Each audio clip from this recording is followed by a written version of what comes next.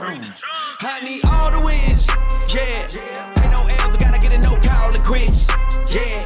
Gotta keep on moving no matter how hard it gets, yeah. Better move. Bonjour à tous et bienvenue sur Gong. Et pour ce podcast, j'ai l'honneur d'avoir avec moi Mathieu Leto Duclos. Je ne suis pas gouré dans ton nom. C'est parfait. J'avoue, on se connaît depuis quelques temps, mais j'ai toujours eu du mal. Ouais, il y a beaucoup de monde. C'est la première fois que je le prends. D'où ça vient déjà? On va commencer d'entrer là-dessus. Ce nom-là, c'est un nom composé Du tout, c'est mon nom de famille. Le nom de famille de mon père, Leto Duclos. C'est comme D'accord. ça, c'est en deux mots. Original, mais... Ouais, mais ça vient d'où? C'est une origine. Non, c'est pur français, nom pur français. Ouais. J'ai des origines polonaises, mais on n'a pas conservé les noms vu que D'accord. c'était ma grand-mère, donc pas de. D'accord. J'ai le nom de mon grand-père qui est bien français. Ouais. Parce que tu viens d'où? Tu viens du nord de la France, toi, Ouais, c'est ça? c'est ça, Ouais. c'est exactement du nord de la France, à côté d'Arras, pour ceux qui connaissent. Très belle ville, très très belle ville dans le nord. D'accord. Et voilà. Et comment s'est passée ton enfance là-bas et quand t'es arrivé, toi, sur Paris? L'enfance c'était nickel, hein, franchement. On n'était pas sur Arras même, en fait, on était vraiment en bordure d'Arras, limite en campagne, donc très tranquille. Petit village, on va dire mi-ville, mi-village, où c'était vraiment cool, il n'y avait pas de... Tout était vraiment nickel, tout était parfait. Les études sont faites à Arras, tranquille. Et ensuite, une fois que j'avais fini toutes mes études, que j'avais fini... Toutes tes études, c'est-à-dire? T'es allé jusqu'où? J'ai fait une licence en informatique. D'accord. Donc, histoire d'assurer les arrières, parce que j'avais déjà un petit peu l'idée de sportif pro, sans vraiment... Mais en quoi? Pas forcément en bagarre? En quoi? Si, en bagarre. Si, en fait, ouais. c'est à partir de... Quand j'ai commencé ma licence professionnelle en informatique, j'avais déjà quelques idées de bagarre. Je m'en souviens, c'est même en licence professionnelle que j'ai eu l'envie de faire du MMA. Je m'en souviens, on était devant un pote. Avec un pote, on était devant... Pendant les cours, on était en train de regarder des vidéos de bagarre de Melvin Manoff, justement. Ah, C'est une vidéo de D'accord. Melvin Manoff qui m'a donné envie de faire du MMA. Donc, C'était quoi comme combat? alors c'était une compilation, tu sais, c'était un highlight, tu sais, les highlights bien violents, tu vois que des KO. On se souvient, c'était la vidéo, c'était le boss du free fight, Melvin Manoff, le boss du free fight, et tu le voyais juste démonter des mecs et les endormir. On a vu ça avec mon pote, on s'est regardé, on a dit, ok, bon bah, faut qu'on trouve un club. La semaine suivante, on était dans un club. 3 mois après, on était sur le tatami en train de se bagarrer, on descendait sur D'accord, Paris et tout. excellent. Ouais, donc je précise pour ceux qui découvrent ou qui sont pas forcément, qui connaissent pas Melvin Manoff, donc sera en Common Event du Bellator. Ouais, c'est ça qui est marrant. Hein. Voilà, sur lequel tu vas combattre là le 6 mai Tout à fait. prochain à Bercy. Tout à fait, c'est ça qui est marrant, Voilà. parce que justement c'est lui qui m'a donné envie de faire du MMA et aujourd'hui je combat sur un événement où il y a Melvin Manoff, donc c'est marrant franchement. Ouais. Peut-être Melvin assez- Manoff qui va peut-être livrer un de ses plus gros combats parce que il affronte quand même pas n'importe qui. Tu peux nous parler un petit peu de ce combat justement? Ouais, Je sais plus qui l'affronte. Ah, t'as vu là le piège? Non, c'est Yoel Romero. Ah, il affronte Romero. Ah ouais, il prend Romero, donc c'est un gros morceau. On va dire, Non, je pense qu'il l'attaque au bon moment de sa carrière parce que Romero il est vieillissant et pour ceux qui savent pas, il a des gros soucis de nuque. Je sais pas si vous avez vu dans les vidéos, mais à chaque fois que quelqu'un l'appelle, il tourne pas sa tête comme ça, hein. Il se tourne comme ça. Pourquoi? Parce qu'il a des gros soucis de nuque et c'est pour ça qu'on le voit plus trop lutter non plus parce qu'il galère, il galère énormément. Ça, effectivement, ouais, ça rejoint. J'avais vu une vidéo où tu le voyais donc manipuler, je sais pas si c'est un Kiro ou un... Ah, Mais il était, il se faisait manipuler. Ouais. Tu voyais que. Ouais, Donc s'il met pas sa lutte, en striking contre Melvin Manoff, ça peut être dur. Après, Melvin Manoff, pareil, il est un petit peu vieillissant aussi, il a un petit peu le menton fragile, mais il tape toujours comme une brutasse. Donc ça va être un bon combat, je pense. Ça va être intéressant. Non, ouais, c'est vraiment alléchant. Et on va parler un peu justement de ton entrée au Bellator, puisque tu viens de signer là. Mais pour l'instant, là, on va en revenir un petit peu à ton enfance. Donc, tu as une enfance. Comment? Tu étais quelqu'un d'indiscipliné? Tu étais gentil? Non, Tu... Quand j'étais jeune, j'étais plutôt méchant. Ah. J'étais seul de la famille à être agressif tout le temps. En fait, à être assez agressif, à être vraiment méchant. En fait, je dis pas tout. Il y a des trucs qui peuvent pas se dire, mais mes parents ils m'ont envoyé en internat justement parce que j'étais entre guillemets insupportable dans la maison. Je foutais le bazar. Il y avait toujours des soucis à l'école. À l'internat, c'est pareil. J'ai été viré plusieurs fois de l'internat. Quelques soucis aussi. Je m'en souviens même à l'internat où on se battait dans les dortoirs, des conneries comme ça. Donc toujours un petit peu un côté violent. Et ensuite, après l'internat, j'ai commencé à trouver le sport. Je faisais la force athlétique. J'ai commencé à faire la muscu comme tout le monde, un peu pour être carré. J'ai fait la force athlétique et ça m'a complètement recadré. Après, je suis rentré chez moi, j'étais plus internat, j'ai commencé à me calmer, être posé, maîtriser mes émotions. Et après, ça fait que se calmer. La force athlétique, alors j'avoue mon ignorance. Tu peux nous décrire, c'est quoi exactement parce que C'est pas très connu en fait. Ouais. Si tu veux, tu as 3 mouvements, le soulevé de terre, le squat, le développé couché. Je pense que tout le monde connaît. Tu soulèves le plus lourd. Tu mets une barre, tu soulèves la barre la plus lourde. D'accord, c'est ça en fait, Voilà. et c'est la réunion de Ouais. ces Et trois-là. j'ai eu un petit niveau national. J'étais qualifié pour national. Il faut le dire, à un moment, par contre, ça prend la tête. C'est marrant soulever des poids, mais soulever des gens, c'est mieux. Hein. Donc, j'ai vite arrêté. J'ai fait ça pendant 1 an et demi, 2 ans, niveau national. Et après, j'ai dit, écoute, c'est bon là. Qu'est-ce qui t'avait amené là d'ailleurs? Au début, je suis juste muscu normal. Ouais. Je faisais la muscu normale avec mon frère, il me guidait un petit peu, je voulais juste être esthétique. Puis après, j'ai vu des mecs soulever des poids énormes. À l'époque, j'avais des contacts aussi, pareil, qui faisaient de la force athlétique. Je les voyais soulever des barres énormes, je disais, c'est quoi ces monstres? Et vite, j'ai vite rejoint et j'ai voulu faire ça aussi, quoi. D'accord. Et donc, t'embrayes sur la baston Ouais. sportive. Ouais. À quel âge donc? Et tes premiers souvenirs, c'est quoi tout de suite? Alors, j'étais à 20 ans, 113 kilos, force athlétique. Je me disais, c'est bon, j'arrête. Je tombe sur une vidéo de Melvin Manoff avec mon pote en licence. Une semaine après, on est dans un club dans le Nord. Et 2-3 mois après, on est sur le tatami à Paris en train de se bagarrer et à mettre des KO aussi. D'accord. Très bon Et c'était où? C'était quel club? Vous êtes monté. Attends, tu es monté sur Paris rien que pour ça? Ouais, alors à l'époque, en fait, dans le Nord, on avait des compétitions, mais très peu, vraiment. Déjà, c'était du pancrace, et tu avais très peu de combats, quelques championnats régionaux, trucs comme ça. Mais... Donc, si tu voulais du niveau, il fallait monter à Paris ou en Belgique. J'étais dans un club dans le Nord, où j'ai fait mes armes. Malheureusement, après, ça s'est pas très bien passé, on s'est séparés. Mais j'ai fait mes armes là-bas, je me suis un petit peu construit là-bas, et j'ai fait pas mal de combats amateurs avec eux.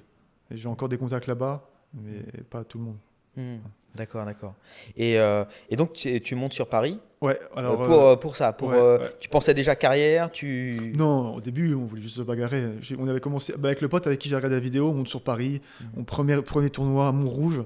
Le pire tournoi pour un débutant, tu sais, t'arrives, t'as chez Cognam, donc voilà, t'as toutes les cités qui sont là, tu sais que tu vas te taper avec des mecs qui sont déter, tu sais que les mecs qui sont en face de ils sont avec leurs copains, donc ils ont pas envie de perdre, tu sais que tu vas jouer ta vie sur les combats.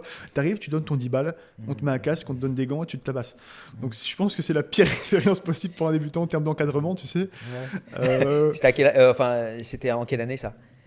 J'avais 20 ans, donc c'était il y a 7 ans. Ouais. C'est marrant parce que ça se trouve, on s'est croisés sans le savoir à ce moment. Parce que j'ai pas possible, mal couvert les tournois de Cognam. Si t'étais là, si t'étais là quand j'ai fait mes combats, t'as dû me remarquer parce qu'à chaque fois il y avait des KO, tu sais, donc tout le monde regardait. Oh. J'ai eu des beaux KO là-bas. Ouais. Et mon premier combat. T'avais combattu combien de fois, ouais? Montrouge. Ouais. Alors je pense. Combien de fois là la première fois où t'es allé? La première fois où j'y suis allé, j'ai combattu 2 fois. Ouais. J'ai fait 2 combats. Mon premier combat, le mec, je m'en souviens. On arrive. Déjà, moi, j'ai jamais combattu. Il y a le coach du mec en face qui fait, écoute. Ça te dérange, on met pas les casques, comme ça vous pouvez bien cogner et tout. Moi, tu vois, je fais, mais qu'est-ce qu'il me dit lui? Donc, non, on met les casques quand même. J'arrive pour checker le gars. Au moment où je le check, il met une patate. Tu sais, le mec dégueulasse. Donc, les pires combats, le pire début possible. Ouais. Et au final, je l'ai endormi complètement. Il s'était allongé sur le sol, il était complètement out. Vraiment. Comment tu l'endors? Gros overhand. Crochet et gros overhand dans la bouche. Il était vraiment bien précis. Et le mec était complètement endormi, il s'est relevé, il savait plus. Donc bonne leçon, un karma un peu. Donc j'ai regardé bons souvenirs. Et deuxième combat, ça vaut le coup d'être dit. Moi j'arrive, j'ai mis le gros KO, je suis content.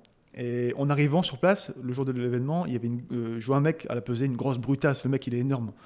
Un gros costaud, crâne rasé et tout. Je me dis putain, le mec brutasse, il doit être, je sais pas dans quelle catégorie il est. Je discute un peu avec le gars et tout. Ensuite, ils appellent les combattants. Et je vois, c'est lui en face contre moi pour mon deuxième combat. Et c'était Damien Losco-Rémy. Je sais pas si tu connais. Ah oui, donc, d'accord. Le gars, il vient de combattre il y a pas longtemps. Là. Ouais. Donc 50 combats du jiu-jitsu, il m'avait dit à l'époque, un gros niveau en sol. Ça n'a pas duré longtemps, il m'a amené au sol. Je savais même pas ce que c'était un double leg, je savais même pas ce que c'était une kimura, je savais pas ce que c'était une guillotine. Moi, je savais rien de tout ça. Donc il m'a amené au sol, il m'a mis une kimura. J'ai dit, bon, bah écoute, c'est l'expérience, de toute façon, il faut bien commencer quelque part. Puis on doit rester en contact maintenant. D'accord. Et comment ça s'est passé? Donc là, vous étiez monté sur Paris pour le tournoi, mais pour t'installer aussi Alors, à l'époque, non, j'étais dans le Nord et en fait, on bougeait pour les tournois. On allait à Paris, on allait dans le sud de la France, on allait en Belgique, parce que c'est là qu'il y avait des combats. Ensuite, j'ai continué le MMA, toujours plutôt sérieusement. J'ai fait mes 2 derniers combats amateurs à Montrouge aussi, où j'ai mis 2 gros KO aussi. Ils étaient beaux. Hein. Et mon dernier KO, j'ai mis 6 secondes. Le combat, il a duré 6 secondes. Donc franchement, Presto, ouais. là, j'avais fait une bonne prestation. Un gros high kick directement, il est rentré, boum, fini. En quelle année ça? Je dirais quand j'avais 22 ans, 23 ans. D'accord. Donc, C'était parce que là, tu as quel âge? 27. T'as 27, hein, Ouais. d'accord. Donc c'était à peu près il y a 5 ans, ouais. Je crois que j'ai commencé le même 21 ans. Je sais plus, mais Ouais. je fais du mode depuis environ 5 ans, 6 ans, entre Ouais. 5 et 6 ans, 5 ans et demi, D'accord. 6 ans. Donc ça va faire ça. Ouais. Et tes jambes partent ultra bien. Ça va, c'est Et ça vient d'où ça? Parce que naturel. Naturel. Désolé, il n'y a pas dur travail. Je mettais des kicks, des Non, kicks t'es souple, t'as toujours été naturel. souple. Il n'y a pas de. Je mettais 10 millions de kicks et tout dans le truc. Non, il n'y a rien de tout ça. C'est juste Ouais. naturel. Après, il faut l'entretenir, il faut s'étirer. Mm. J'ai fait un tout petit peu de full contact quand j'étais jeune. Donc, forcément, tu apprends les étirements. J'en faisais un petit peu. Ça montait vite. Donc voilà. Mais juste avant, j'avais mis un KO juste avec un crochet. Donc ça veut rien dire. Tu vois, les bras aussi partaient. D'ailleurs, anecdote, c'était à Montrouge. Donc c'était moyennement bien encadré. Tu avais. La sortie du tatami, tu sais, tu n'avais aucune délimitation. Oui. Donc le mec vient sur moi, je lui mets un crochet, pareil, il dort, il tombe inconscient. Et tu sais, les surfaces de salle de gym très très dures où tu fais du basket, peut-être la première dessus comme ça. Bon. Donc c'est pour ça que je te dis, pire pour un débutant, c'est pas terrible. Mais bon, c'était. Mais ça forge après. Alors, ça forge. Pas... Bon, faut pas se prendre un KO comme ça. Moi, j'en ai jamais pris, donc. Plein de billes. Mais ça doit pas être agréable, je pense. C'est sûr. C'est pas le meilleur début. Non. Enfin, toi, ça a été un bon début, mais pour lui, c'est pas terrible. c'est lui, voilà, qui est. Et ça a marqué la fin de ma carrière amateur, du coup. Après les 2 KO là, j'ai arrêté l'amateur. Malheureusement, je suis séparé de mon club dans le Nord. Ouais. Parce qu'à ce moment-là, tu voyais que tu avais une certaine réussite quand même, mais tu voulais continuer tes études. Non, il faut une porte de sortie. Georges Saint-Pierre l'a dit, il est très intelligent sur ça, il faut une porte de sortie. Combattant, c'est pas un métier que tu peux garder 30 ans, même si tu es ultra performant dans le cage. Il y a une voiture qui passe, elle te renverse, tu perds ta jambe, tu peux plus combattre. Donc si t'as pas de diplôme, si tu sais que taper, va trouver quelque chose à faire derrière. T'as plus de jambes, tu sais que de bagarrer, t'as aucune compétence. Donc non, je voulais une porte de sortie. Il faut être intelligent aussi. On sait jamais comment ça peut se passer. Au moins j'ai fait ça carré. Pendant que je faisais mes études, j'étais plus au MMA parce qu'il y a eu des conflits internes au club. Mais je suis parti dans un club de boxe anglaise où je me suis bien fait défoncer. Je m'en souviens, c'était à Hénin-Beaumont. Tu sais, avec des boxeurs de niveau olympique, il y avait Mathieu Boderlick. T'avais d'autres mecs bien solides. Je pense que là, c'est là que j'ai pris les plus grosses branlées. Et je m'en souviens, c'est là-bas que je m'étais fait défoncer le nez aussi. Donc, j'ai fait ça quelques mois là-bas. Ça m'a un petit peu forgé. Au moins, j'ai pu goûter à la boxe anglaise. C'était pas mal. Et ensuite, études finies. J'avais pas forcément envie de faire d'anglaise. Pourquoi ça t'a jamais. Ça me tente bien, mais ça me tente, c'est marrant, mais c'est pas complet. Faut être réel. Dans la rue, t'as beau être le meilleur boxeur d'anglaise. T'as beau être Mike Tyson, je te mets un double leg, c'est fini, quoi. L'histoire est terminée, ça s'arrête là. Tu vois souvent des mecs, c'est des ultra performants debout, ils vont se prendre un single leg ou ils sont. D'accord. T'as cet aspect aussi donc concret, absolu, pratique. d'être voilà. C'est pratique. Si jamais ça m'est arrivé récemment, mais si quelqu'un t'emmerde dans la rue, faut être complet. Tu peux pas juste savoir mettre des coups de poing parce que tu sais pas dans quelle dimension ça peut évoluer. Voilà. T'as aussi le côté OP. Opérationnel. C'est ça, comme ça, tu es toujours prêt partout, peu importe avec qui, tu sais tout faire. Tu sais tout faire, si tu as besoin, tu sais tout faire. Donc c'était ça qui me plaisait vraiment, et en plus les mitaines, c'est trop bien. C'est vraiment comme dans la rue, c'est trop bien. Donc le feeling est vraiment naturel en fait, tu sais, c'est pas les gros gants où tu peux avancer, te faire ta tortue et tout, non, c'est vraiment, c'est réel, c'est ça, le côté réel. Et tes parents, comment ils prenaient ça? Ton appétence comme ça pour la baston, ça les défrisait ou ils s'en foutaient Je pense que quand t'es un parent, t'as toujours un peu de mal de te dire mon fils, je comprends pas, il est plutôt intelligent, il a fait des études correctes, il est pas con, il pourrait faire ça tranquillement. Qu'est-ce qui cloche? Pourquoi il va se bagarrer en fait? C'est quoi le truc? Donc je pense que t'as toujours ce côté un peu d'incompréhension. Maintenant, je pense que ils comprennent que je veux être sportif, tu vois, sportif au niveau. Le MMA, c'est le sport que j'ai choisi. Mais je veux être sportif et je pense qu'il le voit comme ça. Donc il y a toujours un coup de frayeur avant mes combats, il m'envoie des messages, on s'appelle. Après les combats, on donne des nouvelles, où je vais les voir. Il y a toujours beaucoup de... Je pense qu'il y a un peu de crainte de leur part, mais ça va, ils ont confiance, ils savent que je suis solide. Donc, D'accord. Et t'as des frères, c'est ça? T'as plusieurs frères? J'ai un frère et une sœur. Un frère et une sœur, ouais. Et comment ils te voient? Pour eux, t'es ma boule un peu, Je sais pas. Ou alors ils voient ça comme un sport extrême? Ou parce que t'en as ça qui arrive T'en as qui associent forcément ça à de la violence un peu malsaine, tu vois. Okay. Et t'en as d'autres qui voient ça comme un sport extrême. Non, je pense qu'il le voit comme sportif aussi. Mon frère est très sportif, il est coach en musculation, coach sportif. Donc je pense qu'il a cette vision sportive. Je n'ai jamais trop demandé en détail ce qu'il en pensait, mais je pense pas qu'il voit ça comme de la violence pure. Ma sœur, peut-être pareil, je pense qu'elle voit aussi le côté sportif. Je pense qu'elle voit le côté sportif. C'est vrai que j'aurais jamais posé la question, mais je pense que non, ils me voient pas comme une bête sauvage. Et tes amis autour de toi, ils sont tous un petit peu là-dedans ou tu as des amis, on va dire, plus normaux pour, les deux. Les Les deux. deux. Dans le Nord, j'ai la moitié, on va dire. Avant, la plupart de mes amis étaient aussi en informatique, donc forcément, pas trop de violence. Il y en a un que j'avais amené dans le club qui aurait pu faire des bons résultats dans le club de MMA que j'avais amené, mais pareil, pas trop non plus dans la bagarre. Donc ensuite, mes potes qui sont plus bagarres, je les rencontre à Paris en fait, dans le club ou à côté avec Isma, tout ça. C'est tous des mecs qui fréquentaient déjà un peu les sports de combat. Donc là, après, là maintenant, mon entourage, oui, ils aiment bien la bagarre. D'accord. Et tu parlais d'Isma justement. Donc le frère d'Ibra. Et comment s'est fait votre rencontre? Parce que là, en ce moment, tu continues à arbitrer des combats, à faire du matchmaking pour la chaîne YouTube. Comment ça s'est passé? Je pense que la première fois que j'ai rencontré Ibra, c'était dans la salle de sport. Je crois que Isma, c'était pareil, c'était dans la salle de sport aussi. Je pense qu'on a dû s'entraîner ensemble la première fois qu'on s'est vus. Je crois que c'est ça, je pense que c'est ça. Et ensuite, pareil, on s'est rencontrés sur un événement. Là, on a pu discuter un peu plus. Comme il a dit, le feeling passait direct. Tu vois, c'est comme ça, c'est naturellement en fait. Quand tu parles à quelqu'un, tu vois que c'est quelqu'un de bien, tu t'associes direct avec, tu as envie de parler, puis la relation évolue petit à petit, sans forcer. Ça fait pareil avec tous les gars du Venom avec qui je travaille actuellement. Enfin, avec la Voirin et les teams avec qui je travaille actuellement. Oui, c'est ça. L'ex-team Venom. L'ex-team Venom et bon, la rencontre avec Daniel Voirin, Benoît Saint-Denis, qui est à l'UFC actuellement, et Jorik. Ouais, Octagon. Voilà. Daniel Voirin, meilleur coach de France. Voilà. Seul avec les ceintures du Strike Force. Je sais plus, bref, il a trop gros CV, mais voilà. Meilleur CV de France en tant que coach. Il y a trop de ceintures. Voilà, ça c'est indéniable. Donc, comment ça s'est fait la première fois où tu as arbitré parce que tu es passé de l'autre côté un peu, c'est marrant. Pourquoi tu as arbitré le matchmaking? Comment ça s'est déroulé ça? La première fois, je pense que pour Ibra TV, non? j'ai juste reçu un message d'Ibra qui me disait Salut Mathieu, il y a un événement, on fait des combats dimanche, tu veux venir nous aider pour arbitrer? Tu penses que tu peux faire? Je dis bon, ouais, vas-y, pourquoi pas. C'était samedi soir à minuit, c'est ça? Non, je sais plus, un truc comme ça, ça devait être un vendredi, un truc comme ça. Ouais. Donc il est venu me chercher, on était sur place au début, j'étais bien stressé, il y avait les caméras et tout, je connaissais rien du tout. Donc tu stresses un peu.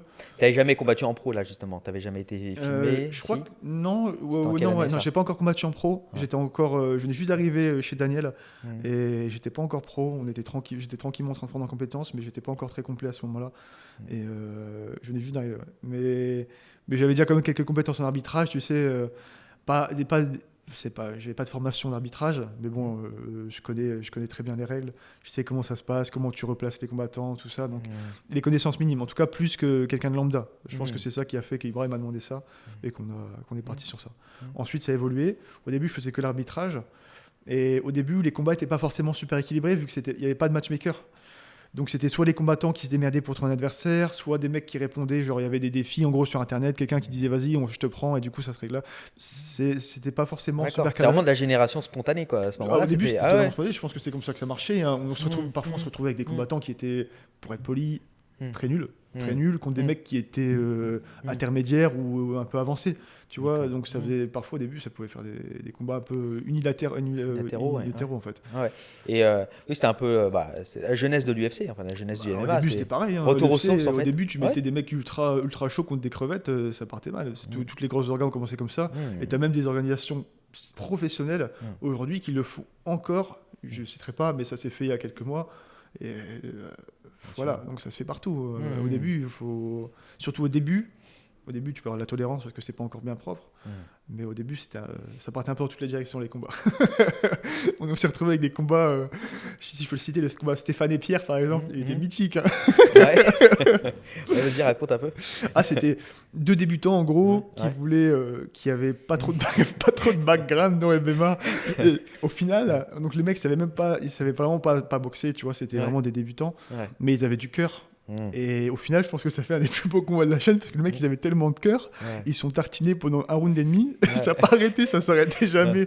Ils se mettaient des patates sur patates sur patates, et ça s'est jamais arrêté le combat. Et après, à la fin, il y a eu un KO au deuxième round, donc ça partait dans toutes les directions, mais parfois ça peut faire du fun, tu vois. En tout cas, on s'est bien éclaté, hein, franchement. C'est ça le truc, par rapport à un combat plus maîtrisé ou plus équilibré où les mecs sont des cadors des deux côtés, mais ils vont se neutraliser, ça va faire un non-combat. exactement. Parfois, tu as deux mecs C'est médiocres impressionnant, ça, ou ouais. moyens. Alors, on a vu Adesanya Romero, 2 tueurs, c'était un combat mais nul.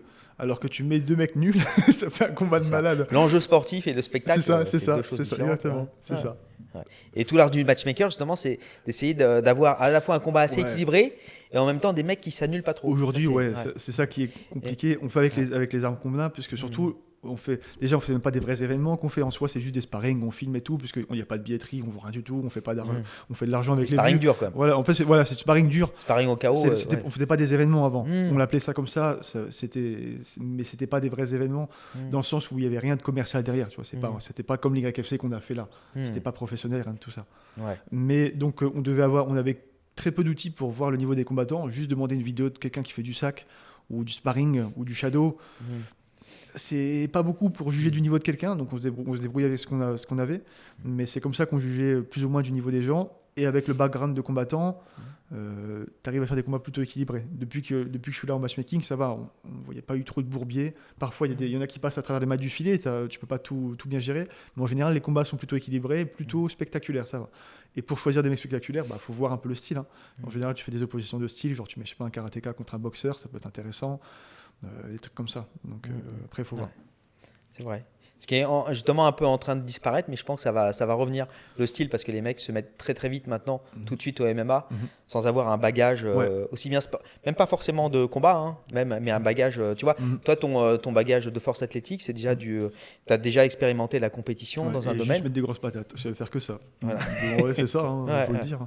Mais donc d'accord. Et donc là, justement, on va embrayer sur ce premier YFC1. Donc c'est ça le nom. Ce premier YFC Pro, dont tu étais la vedette, enfin le match vedette. Le main event. Voilà, le main event. Comment ça s'est décidé? Comment ça s'est passé? D'autant qu'il y avait un certain enjeu là. C'était t'as eu combien de matchs combat pro avant celui-là? C'était mon 3e combat pro. Ton 3e combat pro. J'avais 1-1. Tu étais à 1-1. Et là, donc directement pour ton 3e combat pro, on te dit que tu as le staff du Bellator qui te juge sur pièce. C'est-à-dire que tu peux signer pour un contrat au Bellator.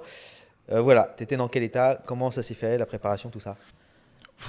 Déjà au début, c'était avec Daniel. Daniel il croyait pas, il disait non mais Mathieu c'est rapide quand même comme ascension. Donc, Daniel Voirin, donc ton coach. Daniel Voirin. Il disait c'est rapide Mathieu, t'es sûr que ça va se faire et tout. Je dis bah écoute, Ibra il m'a dit ça. Ibra à chaque fois qu'il m'a dit quelque chose, il m'a promis quelque chose, il m'a toujours donné. Il n'y a jamais eu de conflit, il n'y a jamais rien. Il a toujours été carré. Donc s'il me dit ça, moi je le crois. Franchement c'est intéressant. Et à l'époque j'étais censé combattre le 5 mars contre au FFA. Et en fait, on disait qu'est-ce qu'on fait? On annule le combat du 5 mars pour faire celui-là. Et avec Daniel, on discutait, on disait il y a quand même beaucoup à jouer. Ibra, il parie sur toi. Qu'est-ce qu'on fait? Comment on va Au final, le combat est annulé parce que le mec a désisté. Donc parfait. Je me suis dit, ça déjà, c'est un signe. C'est-à-dire que je dois être là à l'instant T. Tu sais, je dois faire ce combat. Ensuite, la préparation s'est fait comme d'habitude. Franchement, comme n'importe quel combat. On est toujours à fond dans l'équipe, on s'entraîne toujours très sérieusement. Qu'on ait combat ou pas, on est toujours là. C'est un peu intensifié, forcément, vu qu'on approche du combat. Mais sinon, la préparation, comme d'habitude. Maintenant, en approchant du combat, un peu plus de pression. Pas du tout la semaine du combat, c'était vraiment genre les 2 jours avant, 1 jour avant. La pression, pas dans le sens parce que je vais combattre, mais la pression de l'enjeu. En fait, tu te dis, là, je peux rattraper 2 ans de carrière. Il y a eu le Covid, il y a eu les annulations de combat. Sur un combat, tu peux rattraper tes 2 ans. Tu peux directement intégrer une grosse orga. Donc, je me suis dit, là, si jamais je me foire, il y a plein de trucs qui foirent. Et en plus, il y avait aussi d'autres choses derrière, parce que Ibra, Isma et Jam avaient investi sur moi en faisant des reportages, des trucs comme ça. C'est-à-dire, si je perds, le reportage, il ne sert à rien. Les projets, il ne sert à rien. J'ai rien d'un con devant toute la chaîne. Donc là, franchement, un peu de pression. Un peu 2-3 tonnes sur les épaules. Voilà. En plus de ça, la pression du matchmaker, parce que j'avais aussi tout géré l'événement, les combattants, leurs papiers, les licences. Il faut savoir que c'est très compliqué aujourd'hui pour avoir des papiers, d'avoir les licences pour faire combattre. Les contrats. Négocier aussi les primes, les trucs de déplacement. Donc vraiment la totale. Tu sais, tout le truc du matchmaker, tout le truc de chiant. Plus la préparation du combat, plus le cutting. Donc beaucoup de pression sur cet événement. Beaucoup de choses à beaucoup de choses à porter pour l'événement. Mhm. Mais ce qui est bien, c'est que ensuite, quelques heures avant le combat, t'en as plus rien à foutre. Enfin, tout s'évade en fait. Tu sais, une fois, j'en souviens, t'as une fracture qui se fait en fait. T'es en mode organisation et tout.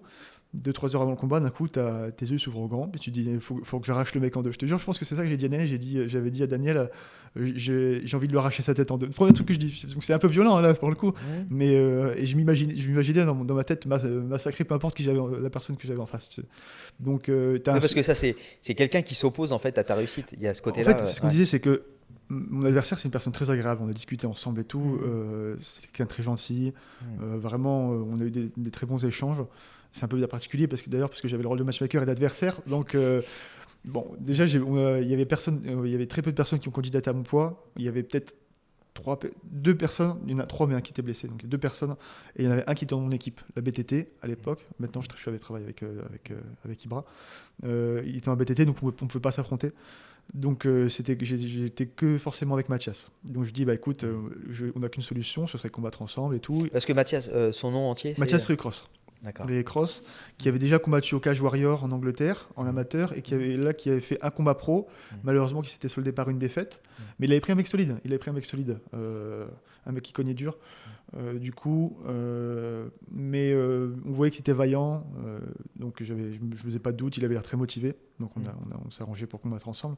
Mais je disais, ça doit être quelqu'un de très agréable, la personne veut tout te prendre en fait, elle veut prendre tout ce que tu fais, c'est-à-dire tu t'entraînes tous les jours, elle veut te prendre ça. Tu veux construire une hype, tu veux comment dire, avoir un peu de renommée, il veut te prendre ça. Tu veux intégrer dans ce gros orga, il veut te prendre ça. Tu veux de l'argent, il veut te prendre ça. Tout ce que tu veux, il veut te le prendre. Il veut prendre ta vie en fait. Donc c'est soit tu le laisses prendre ta vie, soit tu fais tout pour l'empêcher, peu importe ce que tu as à faire. Moi j'hésite pas du tout, faut l'empêcher. Il faut l'empêcher. Et peu importe la personne que tu as en face, je vais l'empêcher. C'est ce qu'il faut se dire. Donc tu rentres dans la cage, la fracture se fait et tu détruis la personne. En fait, voilà, c'est ce qu'il faut dire. C'est ça, ouais. Je pense que si t'es pas dans cette optique-là, en fait, le professionnel, c'est pas. C'est compliqué, parce que c'est bien d'être gentil, mais il faut. La personne en face, elle va pas hésiter. Si elle peut t'endormir pour te voler ta vie, elle va le faire. Si elle peut te détruire pour voler ta vie, si elle peut le blesser, elle va le faire. Et donc, le combat. Voilà, comment ça s'est déroulé pour toi? Est-ce que déjà dans tes combats, t'es bien lucide, tu restes. J'ai beaucoup de mal au début avec ça. Franchement, justement, comme je savais que je tapais fort, je rentrais dans les bagarres. Vraiment, j'envoyais des grosses tartines. C'est même d'ailleurs, j'en suis mon ancien coach, il vrillait. Alors, il vrillait tout le temps. Je gagnais mes combats parce que je tapais dur ou parce que j'avais un peu de cœur quand même. Mais je me faisais engueuler à la fin de chaque combat, tu sais. J'avais limite honte d'avoir gagné. Donc je me faisais vraiment engueuler sale. Et ça m'a fait mûrir. J'étais pas mûr à l'époque et j'avais besoin qu'on me le fasse, qu'on me le dise. J'avais besoin qu'on m'encadre et j'avais besoin de mûrir aussi. Et en fait, combattre, ça te fait mûrir. Plus tu combats, plus tu mûris. Du coup, au fur et à mesure, j'ai mûri. En vieillissant, j'ai mûri. En rencontrant Daniel, j'ai mûri. En faisant du sparring avec des mecs ultra durs, j'ai mûri. En rencontrant des mecs très très forts, j'ai mûri. Et à force, tu deviens mature, tu deviens dur. Et t'es fort, tu deviens fort. Ta rencontre donc avec Daniel Voirin, justement, ça s'est déroulé comment? Parce que t'étais pas au départ dans la team Venom, c'est ça? Du tout. Non, moi je suis arrivé sur le tas. J'en souviens, j'étais dans le Nord, puis je me disais, il faut que je trouve une salle. Donc je contacte des gyms, je vois un peu ce qu'il y a. Au début, je voulais aller au Factory, mais c'était un peu compliqué. Le logement autour, Paris même, c'est cher. Donc j'avais contacté quand même Factory, disant est-ce que vous avez des logements, des trucs et tout. Pas trop de réponses pour le moment.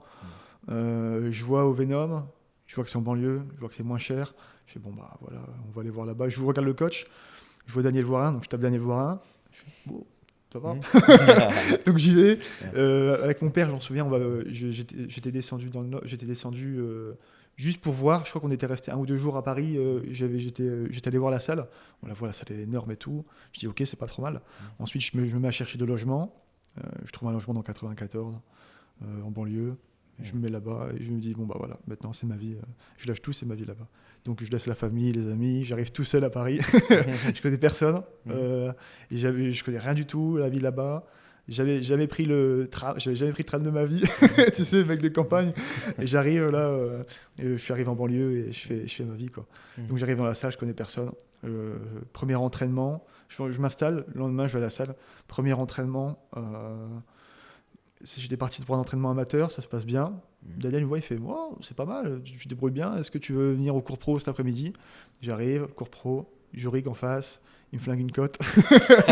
Ah oui, côte cassée. Ouais, non, pas cassé, mais Fêlée, ouais. non, je m'étais flingué un abdo. Ouais, C'était d'accord. entraînement Enfin, pro, j'avais enchaîné 2 entraînements, je m'étais pas entraîné depuis je sais pas combien de temps, j'ai enchaîné Ouais. 2 entraînements. Ouais. On était en lutte, en lutte ou en grappling, je sais pas quoi, qui met juste la pression. Rien, même pas même pas un takedown, même pas un truc, même pas un Ouais. mouvement de lutte particulier, c'est juste, il met son poids sur moi, je sens, poc, je fais bon, bah voilà, flingué, premier entraînement.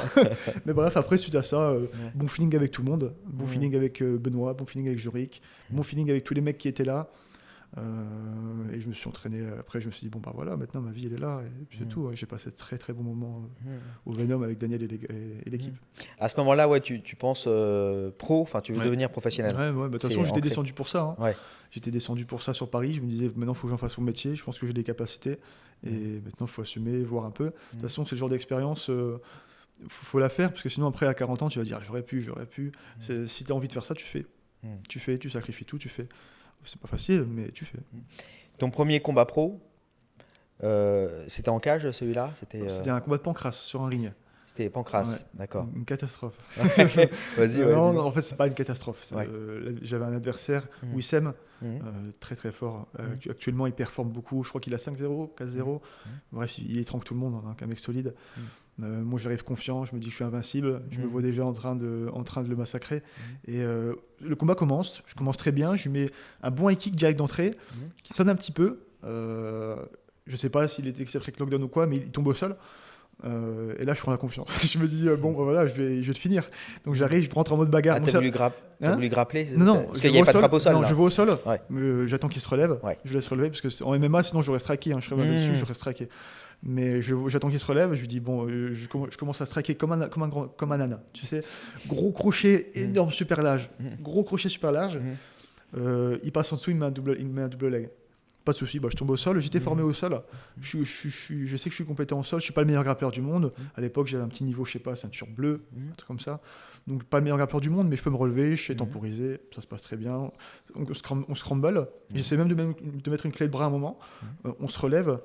Il m'attrape la jambe en single, pareil, trop confiant. J'essaie de le boxer alors qu'il a attrapé ma jambe en single. Et là, il attaque une dimension que je connaissais pas du tout à l'époque, c'est les leg locks. Tu sais. C'est tout un système, les leg locks. Si tu connais pas, tu te fais défoncer. Je connaissais pas du tout, j'avais jamais travaillé les leg locks. Peut-être rapidement sur un truc bidon ou quoi. Mais je connaissais pas du tout ce système, je connaissais pas du tout ce domaine. J'étais incomplet en fait, j'avais jamais eu l'occasion de les travailler. Ouais. Et il attaquait sur ça, il a gagné. Je savais pas défendre. Je savais pas défendre. Depuis, j'ai bien travaillé. J'ai eu l'occasion de tourner avec des mecs super solides de chez Dinister, les mecs, tu sais, le plus gros leg locker du monde. Ouais. Pareil, pas réussi à manquer de clé de cheville. J'ai pas pris de clé de cheville ou clé de jambe depuis des années maintenant. Donc après tout peut arriver, mais moi je me vois plus en Ce prendre. premier combat, ça t'a pas trop découragé? Si. T'étais dans quel état? Au début, Ouais. après le combat, quand tu prends ta défaite devant tout le monde, il y avait ma famille, mes amis. Il n'y avait pas ma famille, il y avait ma compagne qui était là, il y avait des amis, il y avait Ibra qui était venu aussi. T'étais là aussi, je crois. Non, t'étais pas là, traître. Il avait senti venir. Oui, c'est ça, je pense. Et du coup, tu prends ta défaite, tu dis que tout le monde t'a vu, donc t'as qu'une envie, c'est d'aller te cacher, ce que j'ai fait d'ailleurs, je vais me foutre dans les chiottes pour un moment, puis tu restes tout seul, tu penses, tu dis t'es nul, tu dis qu'est-ce que je fais, et pendant quelques jours, t'es dans cet état de Pas de trip, un peu, de semi-dépression, Ouais. qu'est-ce que je vais faire, je suis nul en fait, tu vois. Et après, je pense que c'était la plus grosse leçon de ma vie, parce que derrière, je me suis dit, bon, bah tu sais où tu pêches, tu sais où t'es nul, tu sais où tu dois travailler. Et depuis, mon niveau, il a éclaté, vraiment il a éclaté. Je suis passé de niveau ceinture bleue à je sais pas quel niveau, mais j'ai étranglé ceinture noire, tu sais, donc mon niveau en sol a éclaté, mon niveau en lutte a éclaté, mon niveau en striking a éclaté, vraiment j'ai tout progressé sur tous les domaines. Et je pense que c'est fortement grâce à cette défaite. Si j'avais pas perdu, si j'avais gagné, j'aurais été content, tu sais, j'aurais continué Plus sur ma lancée. confort, plus, Voilà, j'aurais continué, ma progression serait faite lentement. Là, vraiment, j'ai eu mon bad trip et ensuite, j'ai vraiment pensé qu'à une chose dans la tête, c'est progression. Comme d'habitude, l'entraînement, super entraîné. Je rentrais chez moi, vidéo de MMA, vidéo de technique. Le lendemain, j'allais à la salle, j'essayais de les faire, ça marchait pas, qu'est-ce qui se passe? Ensuite, j'ai appris à lutter avec mon type de physique, à faire du sol avec mon type de physique, puisque c'est important, chaque lutteur et chaque mec de sol ont des attributs que d'autres n'ont pas. Et j'ai commencé à être beaucoup plus intelligent sur plein d'aspects du MMA. Et comme j'étais bien encadré, avec Daniel, avec l'équipe, avec Benoît, avec Jorik, avec Jacques, avec à l'époque Éloge, avec tous les mecs du Venom, de l'ex-Venom. J'ai fait que progresser. Je me rends compte maintenant, j'ai chopé un bon niveau. Franchement, j'ai attrapé un bon niveau. Et donc, c'était combien de temps après ton deuxième combat? C'était au FFA, c'est ça? Deuxième C'était combat en FFA, cage, là. 1 an et demi après, donc Ouais. beaucoup de temps pour travailler, beaucoup de temps pour progresser, contre un adversaire très solide, en la personne de Louis Laurent. 1 an et demi, en précis, c'était à cause du Covid. C'était à Covid cause de... et annulation de combat aussi. Annu- Je devais Ah combattre. oui. Oui, c'est ça. Je devais combattre à l'EBD plusieurs fois, à chaque fois annulé à cause du Covid. D'accord. Donc, un mec super solide. Louis Laurent, multiple champion d'Europe de Sambo, je pense en France, je pense qu'il a dû avoir l'appel. il s'entraîne à la Snake Team. Ouais, Snake Team. Vice-champion du monde de Sambo. Il avait aussi, genre, en école de judo depuis. Le gars, il faisait du judo alors que j'étais pas né, tu vois. Donc, le mec, grosse expérience, un mec solide, très vaillant.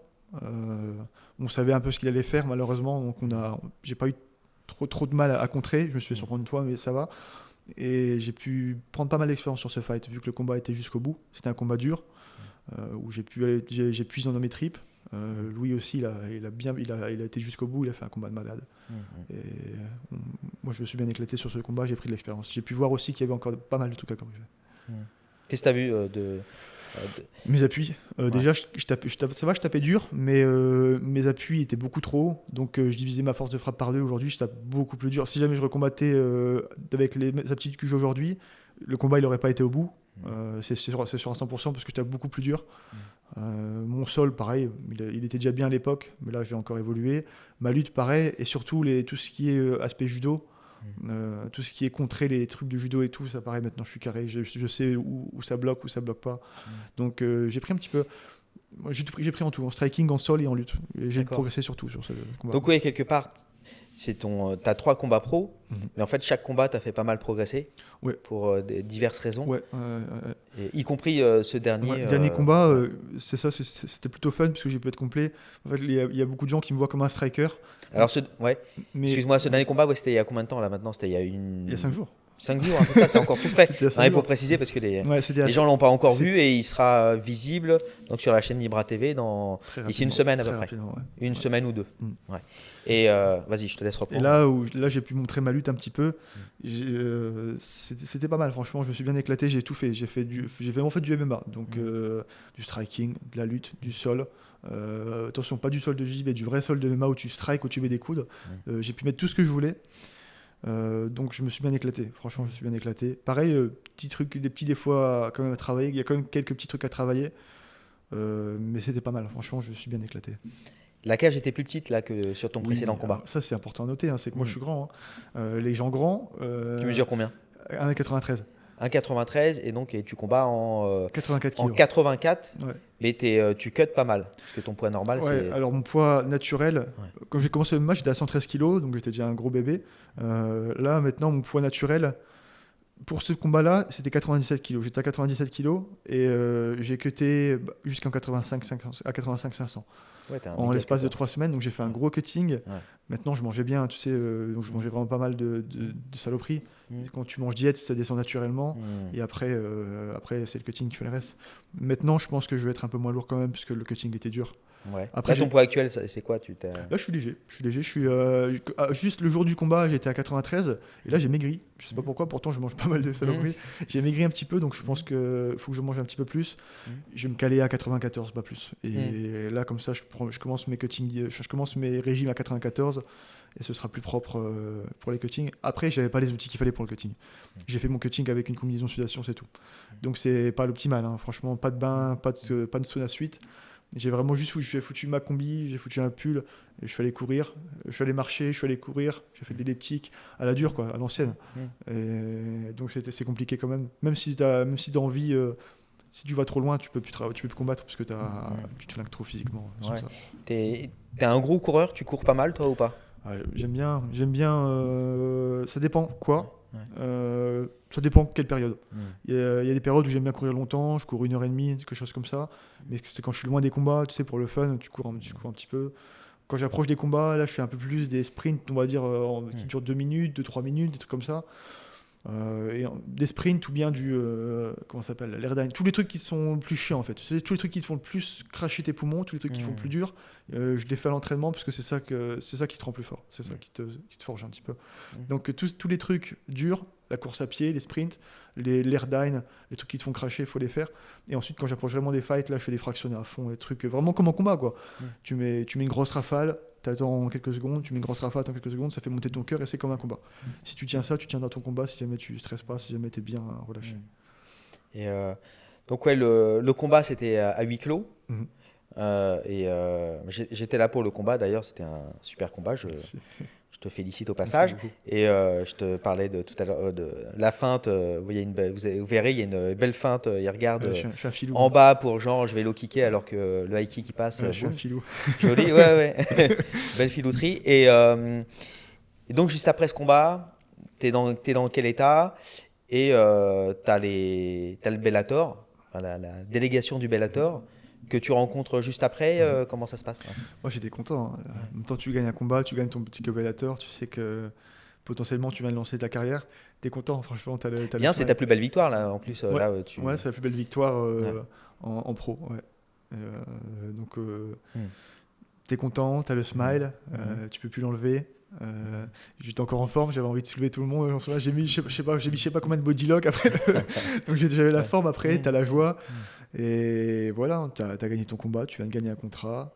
T'as les responsables de Bellator France, Bellator Europe qui sont là et qui disent que t'as fait une bonne performance, qu'ils sont fiers de toi, qu'ils ont envie de te voir fight sur leur show. Tu peux être que pour moi c'est le début de quelque chose là. Je suis vraiment en train de ça vient juste de commencer et maintenant là je vais envoyer la sauce là. Et le combat là ça sera le 6 mai. Du coup tu as un petit mois et demi pour te préparer. Ton combat c'était à 5 jours mais tu as déjà repris l'entraînement. Voilà, ça se passe comment là? Comment tu vas répartir ton entraînement? Enfin, tu as un programme assez précis ou pas? Ouais, bien sûr. Si ça tenait qu'à moi, j'aurais repris lundi, donc le lendemain du combat. Mais c'est là aussi que tu vois que c'est bien d'être encadré. C'est que directement, Benoît, il m'a dit non, Mathieu, repose-toi. Je sais ce que tu as envie de t'entraîner, mais il faut te reposer. Tu vas voir la redescendre en adrénaline, ça va faire mal et tout. Dans ma tête, je me disais, mais non, c'est bon, je suis bien, il faut que je m'entraîne. Au final, il avait totalement raison. Sur le moment, quelques jours après, tu sens un peu engourdi de partout. Tous les petits bobos que tu vois, les coups de coude, les douleurs. Tout revient. Donc là, c'est là que tu vois l'importance de bien encadrer. Donc je suis revenu seulement 4 jours après à la salle.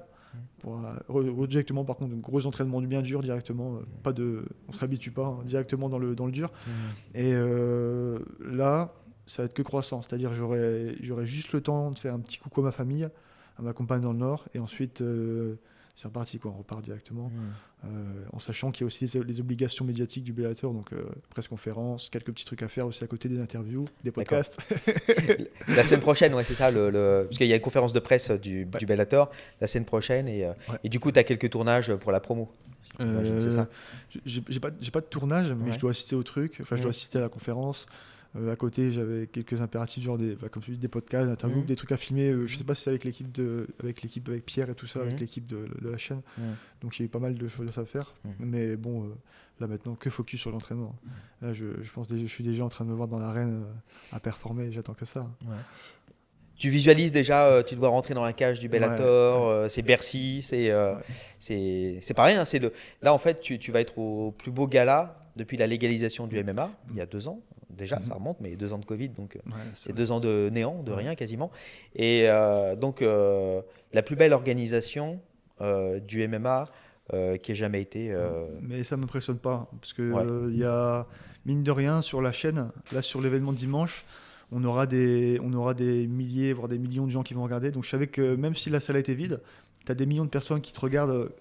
En puissance. Tu as une petite caméra qui te regarde, tu as 1 ou 2 millions de personnes, voire 3 millions, des millions de personnes qui te regardent dans la caméra. Donc c'est pareil.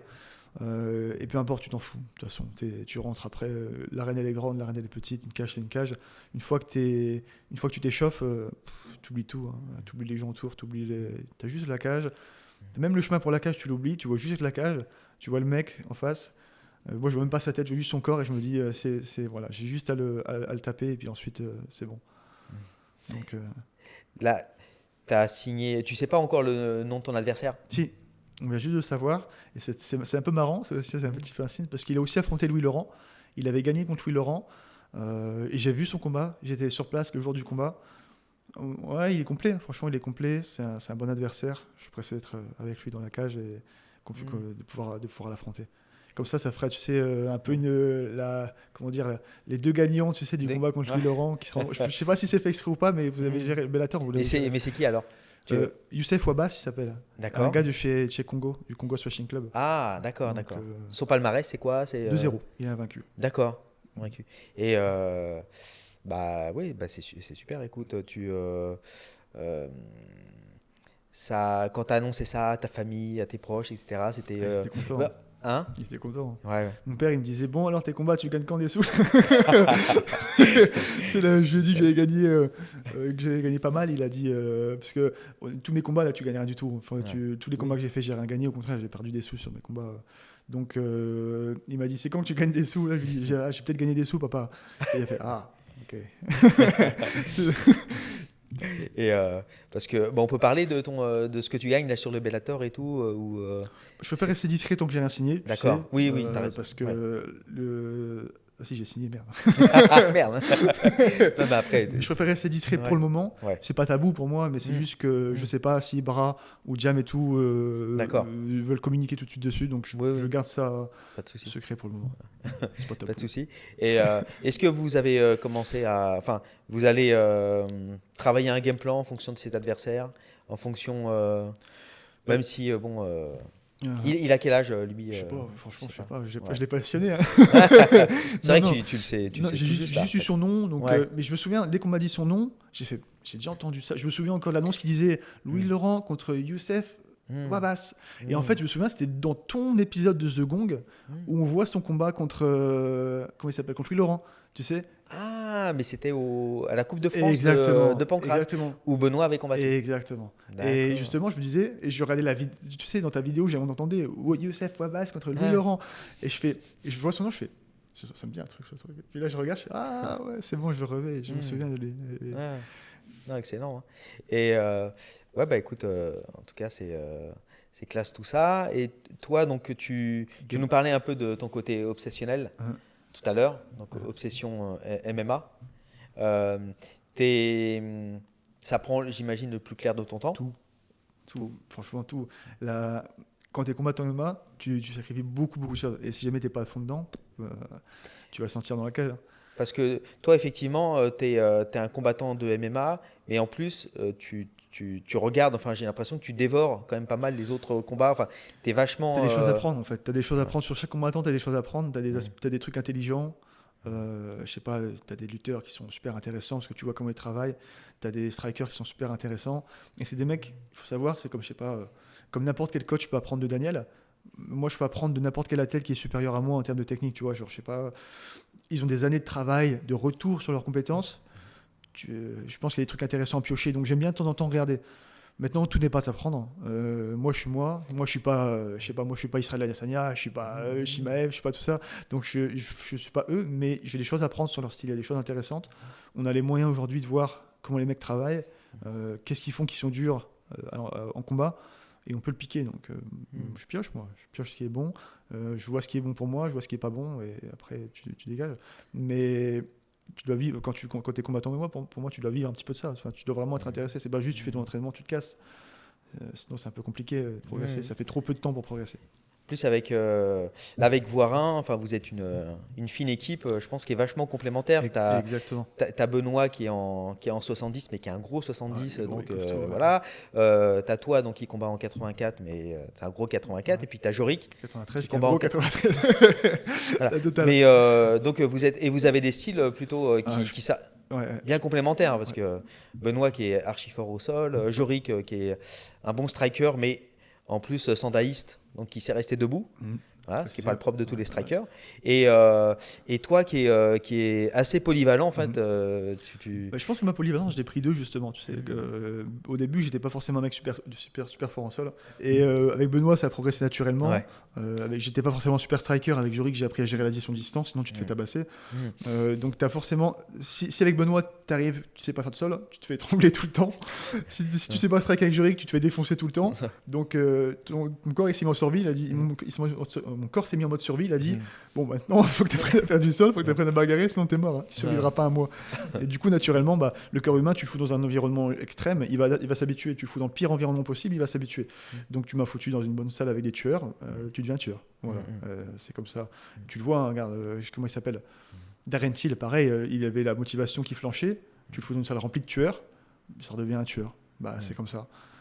Quand tu es bien entouré, naturellement, tu viens au niveau des gens qui sont avec toi. Tu sais, si tu es en dessous d'eux, parfois c'est l'inverse qui se passe. Tu vois, quand il y a trop de gens mauvais, genre il y a quelqu'un de super fort qui arrive, il y a trop de gens mauvais, le mec il régresse. Là c'est l'inverse, je suis arrivé, il y avait que des tueurs, donc forcément, bam, je suis monté. Au fur et à mesure, on n'arrête pas, on est tous à ce niveau-là. T'en as un qui monte un petit peu, les autres ils rattrapent. Il y en a un autre qui remonte, ça rattrape, et on fait que ça. C'est ça, vous tirez vers le haut, quoi. Ouais. C'est l'avantage d'une petite équipe. Ouais, c'est ça. Et donc toi, tu as signé avec le Bellator. Benoît a signé avec l'UFC. Jorik Octagone. Jorik l'Octagone. Et bon, là, c'est bien parti. Faut qu'on ramène quelqu'un pour signer au One, comme ça on est partout. C'est ça, ouais. Donc petite équipe, mais quand même belle emprise, bien générale. Et du coup, tu me disais, tu étais monomaniaque du MMA, mais tu as quand même du temps pour faire autre chose. Et tu as quoi? Tu as des hobbies, tu fais. Enfin, tu sors pas quand tu sors du MMA, ça reste du sport? Ou tu fais autre chose à côté, tu as d'autres passions Déjà, hobby, genre, à part le MMA, je sors jamais. C'est-à-dire, de toute façon, j'ai pas les sous pour, j'ai pas les sous pour sortir. Donc, je vais jamais, genre, je sais pas, bar, restaurant, sortie, des voyages, tout ça. Pas trop les sous pour. Donc, pour l'instant, tant que je gagne pas ma vie très bien, je reste à un niveau comme ça. Ça me convient très bien. Et franchement, tu te poses sur ton PC et tu joues. Comme ça, ton cerveau il est toujours réveillé. Physiquement, tu es peut-être mort, mais tu continues à faire travailler ton cerveau, ta logique. En plus, tu te reposes, tu t'éclates, ça passe vite. Entre deux entraînements, ça fait passer le temps. Donc, c'est pas mal. Hein. Là, c'est un combat franco-français que tu fais au Bellator. Ça fait chier, franchement. Ouais, c'est dommage. Mais après, tu t'es projeté, tu as regardé un petit peu la catégorie donc des 84 au Bellator ou pas du tout pour l'instant? J'arrive pour Moussassi. non, franchement, ça m'embête que ce soit franco-français. J'ai un peu plus de haine, on va dire, pas de haine, mais de facilité à combattre quand c'est un mec qui est genre pas français en face de moi. Ça me soulagerait. Puisque là on est tous plus ou moins entre guillemets frères, tu vois, enfin on représente le pays, du coup c'est un peu gênant. Maintenant bon, s'il faut se démarquer au début, je comprends, c'est quelque chose, si c'est une étape à faire, on l'a fait de toute façon, mais j'aurais préféré que ce soit contre un étranger, sans hésiter. Et le combat, tu t'es déjà demandé pourquoi ça t'attirait autant, pourquoi ce côté bagarreur, est-ce que pour toi c'est juste tu te poses pas la question ou il n'y a pas de question à se poser? Ou c'est juste t'aimes le combat comme ça? Ou tu t'es déjà demandé? Parce que les sports de combat, en professionnel, c'est particulier. Ça vient naturellement en fait. Tu sais, genre t'as des gens, quand ils sont mis dans une situation d'affrontement, soit ils vont fuir, soit ils vont être en mode je vais me défendre. Mais c'est instinctif, tu vois. Tu sais que quand t'es entre guillemets violent, c'est instinctif. Tu peux pas juste camoufler et faire genre. Naturellement, t'as des réponses. Tu sens. Voilà, genre je parle à quelqu'un, je m'embrouille avec quelqu'un, ça se passe très bien, et d'un coup. Tu parles plus, genre tu n'arrives plus à parler et tu n'as qu'une idée en tête, c'est que tu te vois en train de massacrer la personne face à toi. Et ça, tu peux pas le cacher, tu vois. D'accord, c'est naturel. Tu as un côté où tu switches justement. Exactement. Et ça, je switch, je l'ai avant les combats, c'est parfait. Et t'as une sorte d'instinct de tueur en fait. Pas tueur, je suis pas un tueur. Non, mais un instinct de tueur. Un instinct de. Un instinct de prédateur, c'est un instinct. Pas hésiter à détruire la personne en face pour être en sécurité, quoi. Et je pense que c'est ce que tu retrouves chez beaucoup de combattants. Le premier réflexe, quelqu'un qui se prend un coup, il va faire ça. Il y en a, ils vont fuir. T'en as, ils vont se cacher. Moi, mon premier réflexe que je prends un coup, c'est tout de suite, je m'énerve et j'en remets une derrière. Ça dépend des gens, tu sais. C'est Ça. Non, mais c'est un instinct de killer, tu vois, tu le dis en anglais, tout de suite, ça passe mieux. Ouais, Instinct killer. Oui, c'est Killer vrai. instinct. Instinct Parce qu'en killer, ça français, fait- mais parce qu'en France, on se braque sur Ouais. des mots, tu vois, C'est vrai. on a peur des mots un C'est peu. vrai. Les Anglais, les étrangers, ils ont pas peur comme C'est ça. vrai. Tu veux Nous, dire, on est, faut tu faire vas dire ça, le attention à lendemain, ce t'as qu'on dit. la police municipale qui va dire bonjour monsieur, instant Ouais, ouais, tueur. ça y est, t'as l'hélicoptère qui arrive et tout. Ouais. Instant tueur, d'accord, ok. Non, c'est. Non, mais je pense que c'est comme Ouais. ça, c'est Mm. instinctif. Je te dis, tu as des gens, naturellement, ils vont se recroqueviller dans un coin, ils vont dire, ok, je me cache. Tu en as d'autres, ils vont aller à l'affrontement. Même si c'est complètement con et qu'il n'y a aucune chance, ils vont quand même faire ce qu'il y a à Ouais, faire. c'est ça, ouais. C'est le- Et ça, tu peux pas le. tu peux T'as pas. des guerriers, puis t'as des. C'est t'as ça. des- C'est pour ça que T'en as d'autres qui. Voilà. c'est ça. C'est pour ça que j'insiste beaucoup sur une chose, c'est qu'il y a beaucoup de personnes qui font des masques, genre qui portent des masques, j'appelle ça. C'est-à-dire ils se donnent des apparences de durs. Ils arrivent au pesé, ils font les mecs méchants, ils regardent mal et tout. Sauf que dans la cage, tu vois la réalité du truc. Si jamais tu mets un masque, ton masque il va péter. Parce qu'on va voir, tu vas être poussé au bout de tes limites. Ta vraie nature, elle va être montrée dans la cage. Donc faut que tu sois, faut que tu sois honnête. Faut que tu sois honnête avec toi-même et faut que tu sois naturel. C'est ça. Si t'es comme ça, et t'y peux rien, c'est tout. T'as une vérité qui va Exactement. apparaître, Il y a vérité du des combat. avantages, des inconvénients à Ouais. la façon dont t'es, mais il faut les assumer. Tu changeras pas. C'est génétique. C'est comme, je sais pas, t'es grand, t'es petit, t'assumes, c'est tout. T'es violent, t'assumes. Ta vraie nature qui va Ouais, c'est ressortir. ça. ou- Exactement, ça ressortira un jour. Même si tu la camoufles, Mm. dans les situations d'extrême, ça va ressortir. Ça va ressortir. Ouais. Les plus grands plaisirs de ta vie, c'est quoi alors? C'est tout ce qui est lié au combat ou, Ouais. Je pense que les moments où tu es le plus bien dans ta vie, c'est après avoir battu quelqu'un. Franchement, tu as battu quelqu'un, tu sais que tu vas aller rejoindre ta famille. Tu viens un restaurant avec ta famille après avoir battu quelqu'un, je pense que c'est le meilleur feeling que tu peux avoir au monde. Si tu gagnes par KO, c'est encore mieux. Franchement, c'est les meilleurs feelings. Ouais. C'est avoir vaincu quelqu'un, même si on est des humains, je pense qu'on resterait primaire. On voit que les choses qui nous procurent le plus de plaisir, c'est un peu grossier à dire, bien manger, baiser, voilà, Ouais, et la bien famille, sûr. les amis, tu vois, Ouais. donc on reste assez C'est des primaire. En choses fait. simples. On a bien évolué sûr. énormément, mais les choses simples Évidemment. sont les choses qui nous procurent le plus de plaisir. Aujourd'hui, c'est là que tu prends le plus de plaisir. C'est sur ça. Et la violence, c'est un instinct primaire aussi. C'est quelque chose qui a été présent en nous pendant des milliers, des millions d'années. Tu peux pas l'éradiquer comme ça. Aujourd'hui, c'est camouflé parce que bon, on est surprotégé partout. Quoique ça commence à empirer à Paris et en banlieue.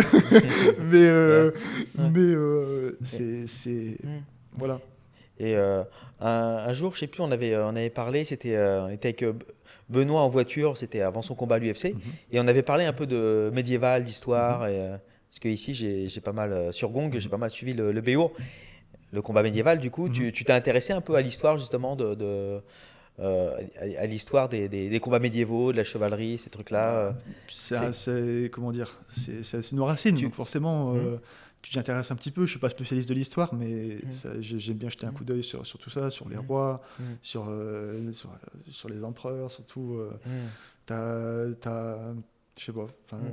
Si jamais tu es français, tu dois être fier de ton histoire, tu dois un peu connaître au moins l'histoire de ton pays. Pas forcément sur le bout des ongles, pas les dates et tout ça, mais connaître un peu ton Un pays. minimum, bien sûr. Et on est fiers, quoi. Donc forcément, moi, ça m'intéresse.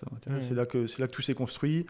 La plupart les plus belles villes de France, c'est des villes qui sont un peu médiévales, tu sais. Donc, faut pas...